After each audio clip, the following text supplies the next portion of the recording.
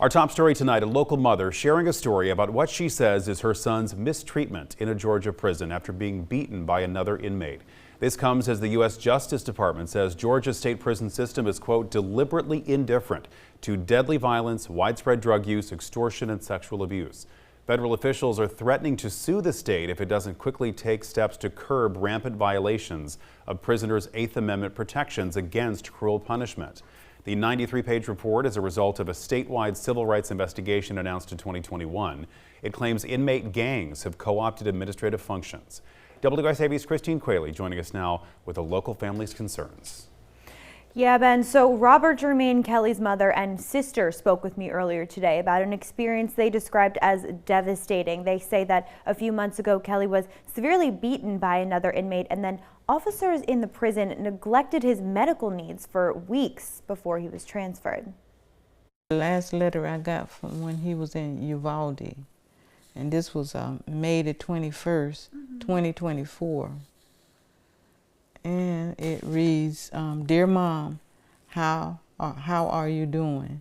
Well, I'm trying to hang in there. Robert Jermaine Kelly's mother and sister say that he has been incarcerated since he was 18 and bounced around between several different prisons in Georgia before being sent to Dooley State Prison. They tell News 3 during his time behind bars, he suffered a stroke, rendering him partially unable to walk. We spoke with Kelly's sister over the phone while at his mother's home. She describes what she says was an attack on her brother by another inmate in May at Dooley State. He went to sleep, and then that inmate attacked him while he was sleeping.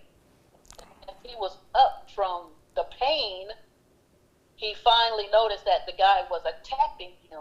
According to Kelly's sister, the situation grew worse once he was able to fight off the attacker. And he was calling one of the guards for help, and they didn't pay attention to him until he was like really almost out of it. And then they finally came in and found my brother laying there, you know, all beat up. His hair was bashed in and everything. Kelly's family tells News 3 that he was eventually brought to a hospital that could treat him, but says the prison staff didn't heed the doctor's orders. The doctor had explained to them that he needs to stay there overnight, that they can watch him because he was severely, like really beaten.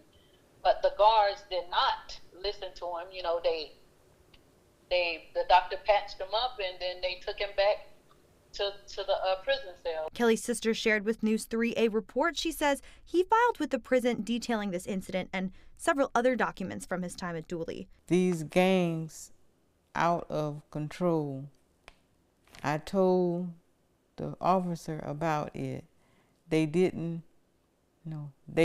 nothing about it. I told the warden about it. He did nothing. And a very important note here, we reached out to the Georgia Department of Corrections to get the medical records for Robert Jermaine Kelly, but we were redirected to complete a multi-step process via an online portal, and that's a process that can take days, if not weeks. Christine Quayle, WSAV News 3, on your side.